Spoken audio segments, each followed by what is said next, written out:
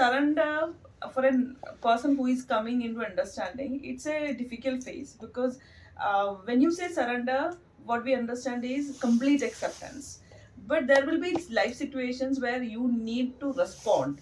I'm not saying react, but even then you need to respond against it also because life might demand such situations. And for an initial initial phase of understanding, how will you differentiate where you require an action or a respond and where you need complete surrender? So surrender is actually not against taking action. Surrender doesn't mean you don't take action, right? Because from the word we don't really understand the meaning.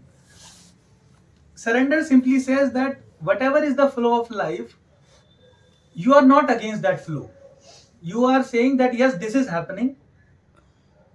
So the question that why is this happening, it has gone out of picture. This is the first step of surrender.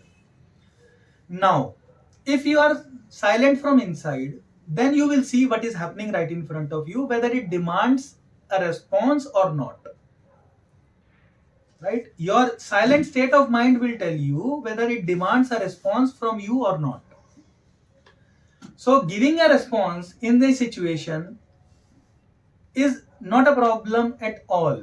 We are all we are saying that when something happens actually in somebody's life, we start saying, why is this happening? I'm not liking it.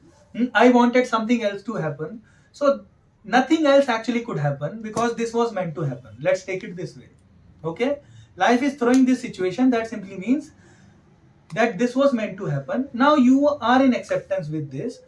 You become okay with that. And if the situation is as such where a response is required, some action is required, you do it. That is not a problem at all. Right? So surrender doesn't mean that you don't do anything. That whatever is happening, you let that happen. Sometimes there is no need to take an action. You don't take any action. Sometimes there are situations where an action, a response is required, you take the action, but all that has to come from a silent and calm state of mind. Because without that, surrender has no meaning. Right?